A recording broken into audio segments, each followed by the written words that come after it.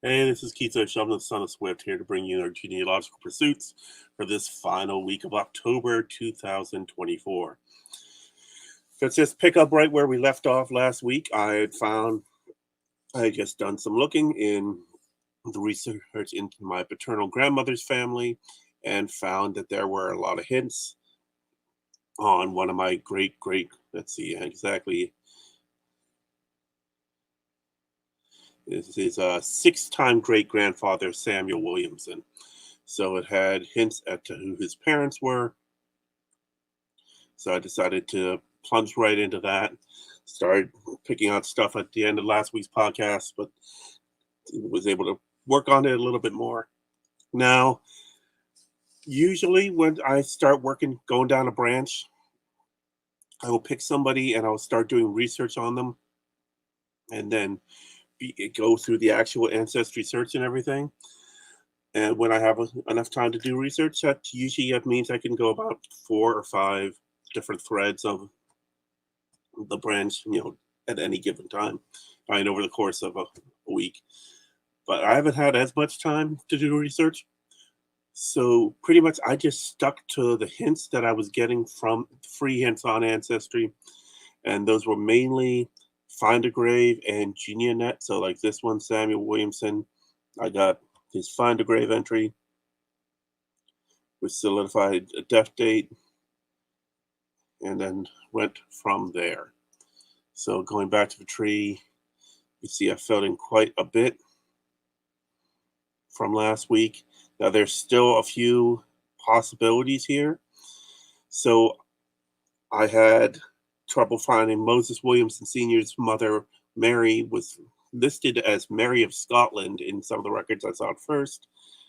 And then it took a while before I found somebody who had a surname for her, and that being Ikerd. Now, it shows here that there are potential parents for her, and I can't read it clearly because it is foggy. And if I go in a little bit closer, you get a sense there of, you can see what it is. It's basically saying her parents were Captain C. Williamson and Mary Cobb Williamson, at least from my best guess at reading this. Now, of course, she was married a Williamson, so that would mean if her parents were Williamson and Williamson, then she's a Williamson. It happens. It's a common enough name that it could be a distant cousin or closer. I'm not willing to go ahead and jump right into that particular sticky wicket. And so instead, I'm trying to hopefully track down the Ikerds. Now, this does trace her back to Scotland, and it says that she died at sea while traveling from Ireland to the United States, or to 1733. It was still the British colonies then. But I was able to fill in her various progeny, and as you can see, there are all these different files. If you want to do a deep dive in for Ancestry, that I should be able to pick up on. And hopefully that's something I can do in future weeks. But yeah, from there I was able to go back on further on others. I saw what I thought was Turple last week. No, it's Turpie or Turpie. I'm not sure actually pronunciation. But see, it's an I instead of an L. So that was a new surname adding to the list. And this family here from Kirkcaldy, Fisher, Scotland, in 1634. Her father, William, the same place, only lived to be 25 years old, and not sure of his spouse's name. But I was able to get a GeniaNet, a community tree index, and a Find a Grave. So those were the accepted hints, and those are free hints on Ancestry. So I was able to add them. There are a few other references here: 5 Scotland newspaper index cards, Scotland select births and baptisms. These are all things I should be able to get into a bit more. Just taking the time to do more of that research. But for now, these all help point me in wonderful different ways and really help expand. Like, see, now Thomas Turpie back 11th great grandfather, his father Alexander, and then we have another, faded out. Only one hint what came up, but this is something, if I do a little bit more research onto Ancestry, I should be able to unlock that. And of course, as I'm doing this, it pops up with more history links. And Samuel Williamson, would be the son of my ancestor, so that I started the research on. I'm not really interested in going back and dealing with his other children right now, because found so much here going back. I want to kind of focus on that right now. And last week I talked about not getting too caught up in alternate trees, alternate branches. I mean, it's nice to fill in that stuff so that hopefully you can connect with other cousins in the process. But when you have a lead, and sometimes when you just seem to be clicking and catching all this, you want to jump on it and you want to follow it as far as you can go. So that's where I are for the base research so far in the ancestry trees this week. As always, if you have any questions you want to ask, if you have any information on any of these families that I'm looking for, here we see Margaret Tor Hurd, 1607 future 10 great grandmother, and no free hints. So it's telling me, and it's even more faded out here, hard to read, who her parents were, that they have that information. Once upon a time, those tended to be free. Now they all seem to be something you have to pay for Ancestry. All right, so let's do a quick look at the weekly email. Let's see. And this is the Google alerts for this week, starting with Angeline. Let's see. Oh, first bit of bad news. Okay. Todd Edward Angevine, sentenced to 16 plus years in prison for fatal Wichita stabbing along Arkansas River. Okay, and then also carried by the St. Joseph News Press, KWCH, KAKE, KFDI, MSN. Okay, thrilled to meet ya. Zombies unite in worldwide flash mob in the Idaho Press.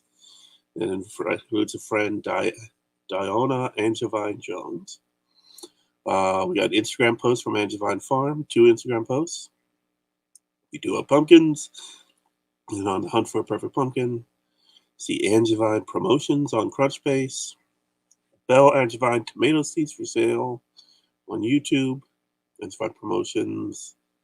What to look for in a realtor in Hoboken, New Jersey. Paul Angevine versus FCA US LLC. So that's a contract court case. It's filed in Fresno County courts in California in September 2023. We have an obituary. This one's a couple years old. Harry A. Angevine died 89 of Nutley, passed away on Monday, November 28th, 2018. And this is a World War II veteran. So it's interesting. More from Angevine Promotions. Let's see, comparing names, Geneva versus Angevine. My name stats. So according to this, population established for Angevine, 775 Angevines. National rank 10,455. Proportion 0.240.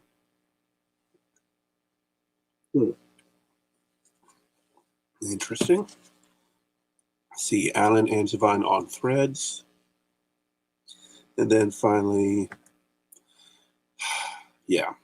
there is an adult actress named Zoe Angevine. So yeah, she will pop up in these searches every once in a while. Cutting over to Shovlin. Let's see. Once again, it's Andrew Shovlin with Mercedes. Andrew, going through. Andrew. See, Florence Shovlin, Wilkes-Barre Citizen's Voice. Oh, it's an obituary from 4 years ago. And it looks like there's 2 other obituaries for the Wilkes-Barre Citizen's Voice. Michael B. Shovlin and Frank X. Shovlin. So these are distant cousins. My family did live in the Wilkes-Barre area, notably Hazleton, outside Scranton, Wilkes-Barre, and before moving west to Western Pennsylvania. See, Andrew Shovlin for Mercedes. Joseph Shovlin, another obituary. This one, it's born in 1931, so it looks like Wilkes-Barre Citizen's Voice just uploaded a lot of old obituaries. So that might be very useful. That might be something I want to check into. There might be some stuff there that will end up filling out some other parts of my tree. So, see, this stuff happens from time to time where different databases get added, news articles, newspapers. It's good to see being able to have more information accessible. Now, Freeland High School class of 1974 holds its 50th class reunion. The Hazleton standard speaker, and there is a Shovlin in that class. Yes, the Shovlin Mattress Factory is a sponsor of the New Jersey Devils. Still don't know how I feel about that. Love Shovlin Mattress Factory, not a big fan of the Devils. Let's see, Boston Globe. There was a runner, star senior AF. I'm not sure how to pronounce that. Let me see if I can. Oh, I just realized I've been looking at this and it didn't switch. There we go. AOIF. IFA.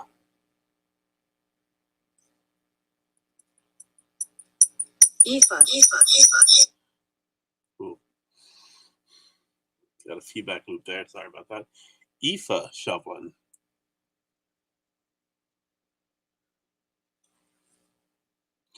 And star senior, found all 5 runners finishing the top 13. So IFA is a runner, cross-country runner for Cambridge.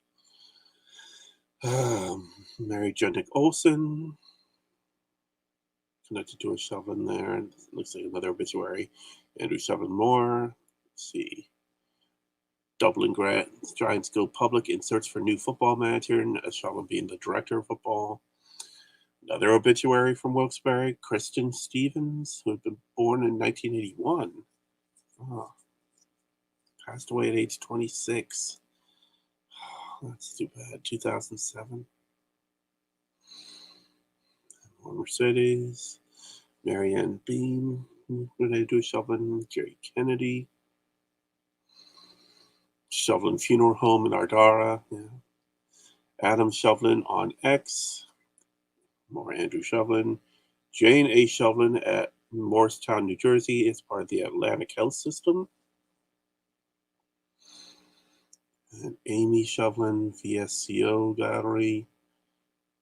More Andrew Shovlin. Michelle Shovlin and Family House Fire Fund. Oh, that's sad. Shovlin Packaging, Mandy Shovlin. And then finally, Threads, Wayne Shovlin. Okay, so that's this week in my family findings on Google Alerts. So I'm going to be continuing to dive down into these trees in the weeks ahead, but I'm also going to be switching to, I have a couple more books. I returned the Garvin book to the library that I had gone over a couple weeks ago. Now, real quick before I get into that,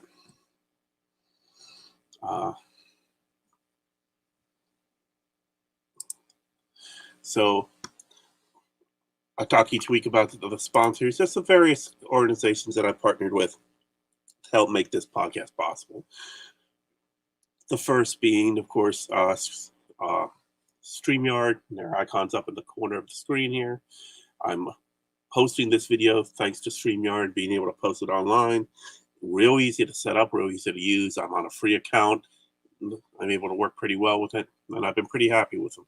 Been working with them for a couple years now with the Trucker's Delight podcast, and I've done pretty well with them. So click on the link in the description right up below, and then you can get your own free account and get started and do your own live stream, anything that suits your fancy. And remember, you can follow me on Tumblr at sonofswift.tumblr.com with my genealogy updates. If you have a question, you can contact me there, put them in the comments below, or you could also email me at seibhleain, that is the Irish spelling of Shovlin, at gmail.com.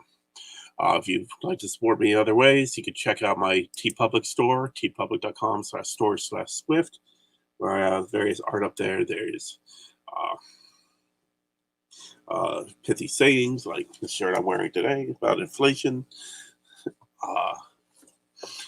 things about my current area I live in, Lorton, Virginia, political stuff, fun stuff, Hamilton, Dune references, all kinds of things up there. So take a look, see if there's anything interests you. And you can get them as shirts, you can get them as bags, hats, stickers, magnets, anything that you like. And if you're interested in selling your own merchandise online, just click on the link below, go to t.pub/lick/as21 and set up your own TeePublic store and get going being able to sell your own merchandise out there. If you just want to have branded items that you want to have available, then check out Sticker Mule. They make some wonderful products. I mean, of course, there's stickers, but there's also pins and various other items that you can get, magnets and things. And that's for just quick production things. They offer great deals every week. Right now, they're offering 50 1.5 inch by 1.5 inch pins for only, I believe, $29. So check that out today. See if you just want some branded merchandise, if you just need like team gear for a sporting thing, or if company retreat or anything like that, it's a good place to check out.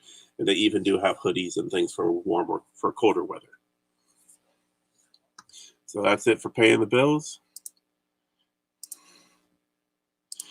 So now going to talk about what the next steps in my research are. So I'm continuing to try to build towards doing my research into my family with,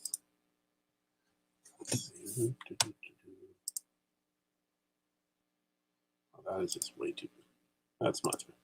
You like that better? Yeah, we'll go with that for now.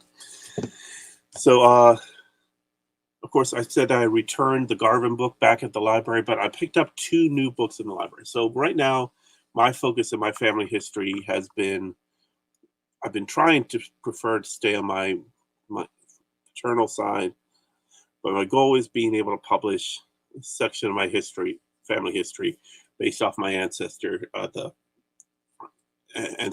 of my great grandfather, John Francis Shovlin I, born 1897, part of what's called the lost generation.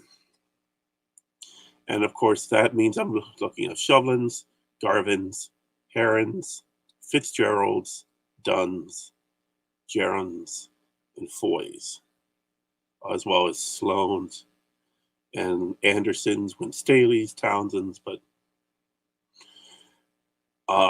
as I mentioned a few weeks back, my Fitzgerald research pointed me possibly to Cork in County Cork in Ireland, and I found the cathedral in Ireland has a grave of Fitzgerald on site and references to people that could be my ancestors being married and baptized there. So I've reached out to them, haven't heard anything back yet. So I'm continuing to do my research, but realizing that requires looking in a variety of ways. And of course, waiting on the church to hopefully respond. I am very hopeful for that still. But in the meantime, I found 2 books in the library's collection today. First, that's Aspects of Irish Aristocratic Life, Essays on the Fitzgeralds and Carton House, edited by Patrick Cosgrove, Terence Dooley, and Carol Mullaney Dingham. Now, this essay collection of essays looks at the Fitzgeralds as the top aristocratic family in Ireland. Of course, they aren't the only ones, but they're the ones I'm related to. So in this piece, a series of essays survey history, the making of the manor of Maynooth, Kildare ascendancy, more about Kildare, the Kildare Fitzgeralds. And these are some of the various essays that are in this book. I just picked this up from the library today, so I have a chance to get into it a bit.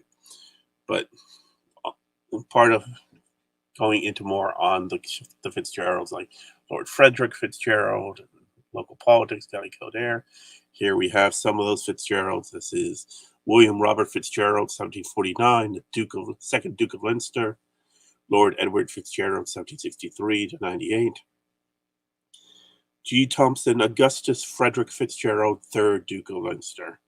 So, some rather upstanding gentlemen there to look into as I go through the history of that book.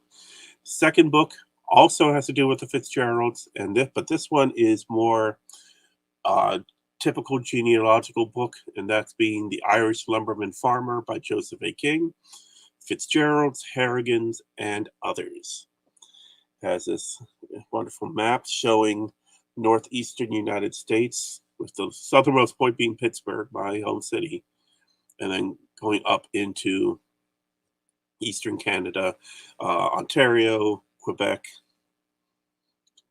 there's Prince Edward Island, Nova Scotia there. So I'm not sure what I'm going to find in either of these books, whether I'm actually going to find anything that connects with the Fitzgeralds in my family. I don't know, but it's going to be something to look into, something to start. Just as the Garvin book, not necessarily my family, there's still information there.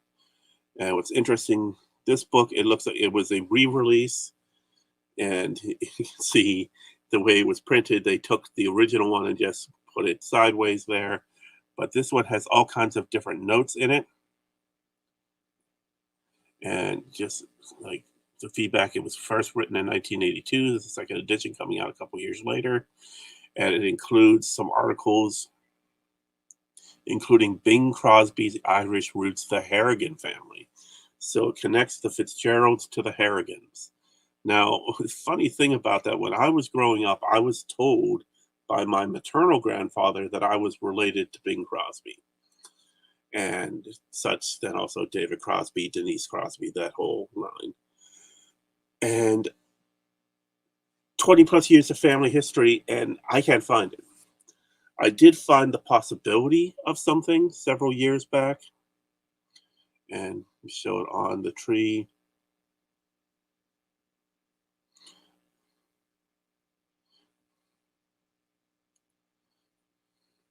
So this was on my mother's side of the family. I had found, we had taught a history of Michael Thomas Brown, Alice O'Neill. I haven't really gone into them, but this is one of my brick walls in my family history. For years, I knew next to nothing about Michael Thomas Brown, and even less about Alice O'Neill. But eventually I found out a lot about her, which included her parents' names and grandparents as well. Michael continues to be a mystery, though I do have his father's name, William Brown, from having found the marriage record in New Hampshire of Michael marrying Alice O'Neill.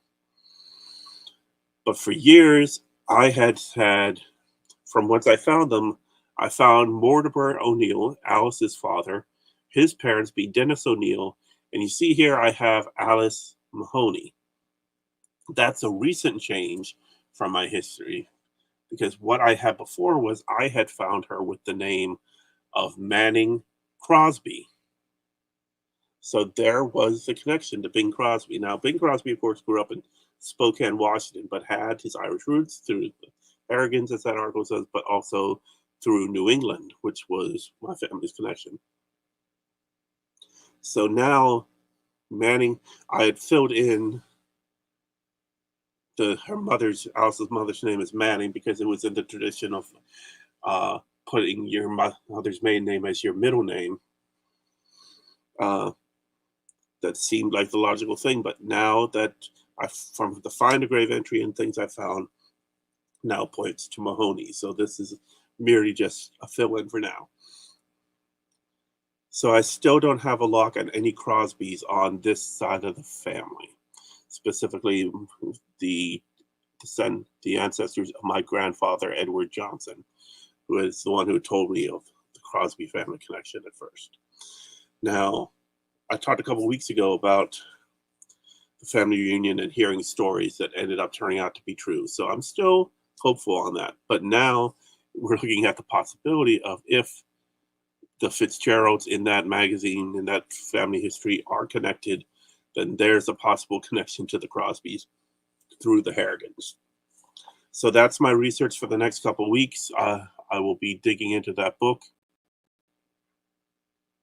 and hopefully be able to discern something of my family history from it.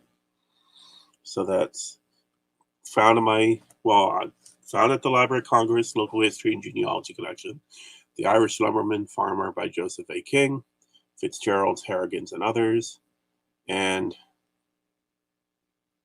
Aspects of Irish Aristocratic Life, Essays on the Fitzgeralds, and Carton House. Not just,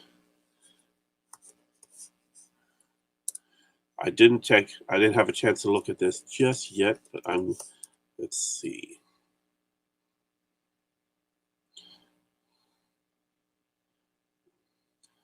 So according to Wikipedia, Carton House, country house and surrounding demesne that was the ancestral seat of the Earls of Kildare and Dukes of Leinster. So we know Fitzgeralds were Dukes of Leinster.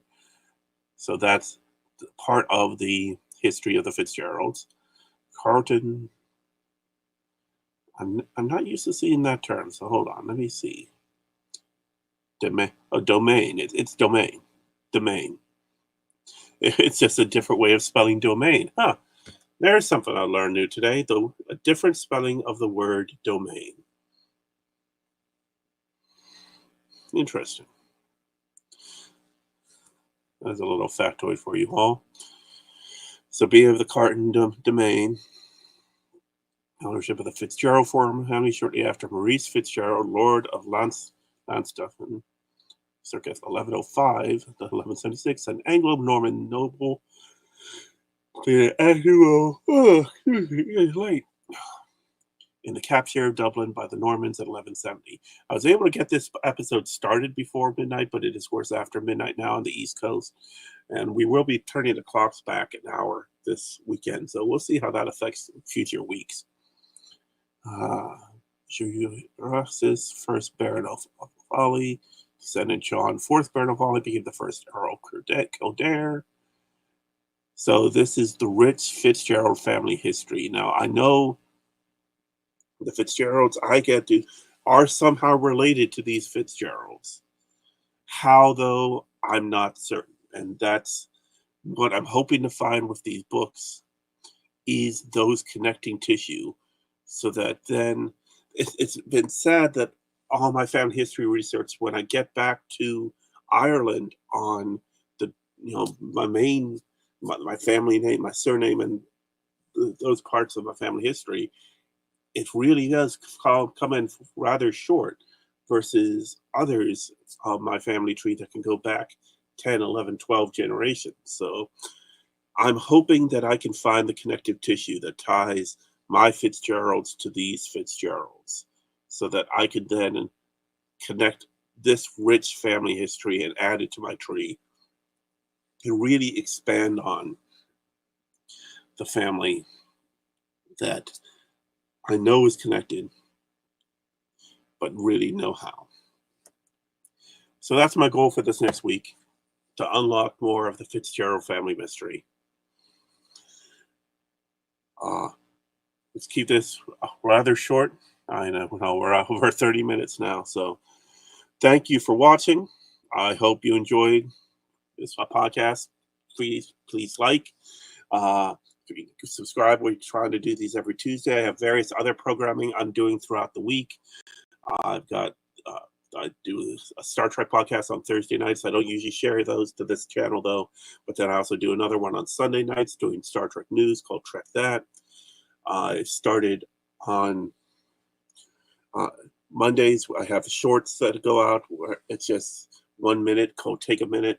I'm changing the format a little bit of what I'm showing. So I took a break from it this week, but I'll have more coming up. Friday night I have my book review podcast where I release recordings of book reviews of the books I've read throughout the week. So be sure to check those out, and that will include reviews of these genealogy books that I've been reading. Then Saturday, the star of the show is my dog Sherlock, who's napping on the bed over there. You might be able to hear his snoring in the background of the audio here. And so I'm going to be releasing shorts on Saturday of just him as we go on walks, go to the dog park, play around because he's cute. I love him. And apparently he's the most popular video on my channel. So be on the lookout for more of that. But yeah, feel free to please subscribe, support the content I'm putting out here. If you would like to contribute or have ideas, or just even tell me what I'm doing wrong, I'm more than willing to accept that what I'm doing here, that there are mistakes that I'm making and I could possibly improve. But thank you all for watching. For the Son of Swift podcast, I am Keith F. Shovlin. Continue your genealogical pursuits. And good luck.